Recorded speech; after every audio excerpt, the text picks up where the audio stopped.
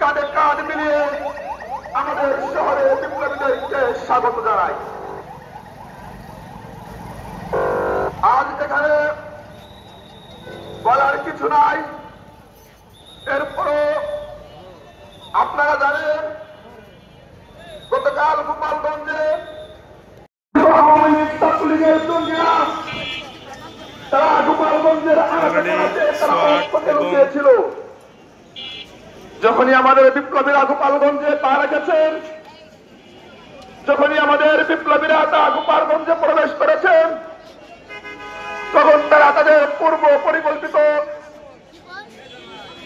সিদ্ধান্ত এবং অংশ হিসাবে তারা বিপ্লবীদের উপর ঝাঁপিয়ে পড়ে। প্রচুর নিরাপত্তা আমরা ব্যবস্থা ফরিদপুর জেলার সম্পূর্ণ সর্বস্তরের জায়গায় এবং নিশ্চিত ছাত্র জনতার পক্ষ নিরাপত্তা থেকে ব্যবস্থা তীব্র রয়েছে। নিন্দা ও প্রতিবাদ জানাই। নিশ্চিত নিরাপত্তা ব্যবস্থায় অলরেডি শুধু আজ আমাদের হৃদয়ের প্রস্তুতি হয়